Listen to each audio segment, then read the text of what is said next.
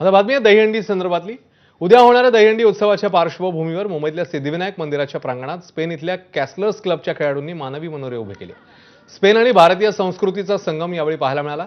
स्पेनचे कॅसलर्स यांनी गेली काही वर्ष सातत्याने मुंबईतल्या गोविंदा पथकांसोबत दहीहंडी उत्सव साजरा केलाय। उद्या देखील ठाण्यातल्या वर्तकनगर इथे मंत्री प्रताप सरनाईक यांच्या संस्कृती प्रतिष्ठान या दहीहंडी उत्सवात स्पेनचे कॅसलर्स खेळाडू मानवी मनोरे उभे करणार आहेत। उद्या महाराष्ट्राचा महोत्सव म्हणजे आपला दहीहंडी उत्सव आणि या दहीहंडी उत्सवाचे औचित्य साधून आज मी आमचे जे 111 खेळाडू हे स्पेनवरनं खास मुंबईमध्ये आलेले आहेत दहीहंडीसाठी। मी त्यांना एक विनंती केली होती की कुठल्याही चांगल्या कामाची सुरुवात ही आपण सिद्धिविनायक महाराजांच्या आशीर्वादाने केली पाहिजे आणि माझी ती विनंती त्यांनी स्वीकारून आज हे सर्व 111 खेळाडी आपल्या या सिद्धिविनायक देवळात आलेले आहेत। मी मंदिराच्या सर्व ट्रस्टीजचे मनापासून आभार व्यक्त करतो कारण अतिशय चांगलं स्वागत आणि सन्मान आज या ठिकाणी या सर्व आमच्या खेळाडूंचं त्यांनी केलेलं आहे।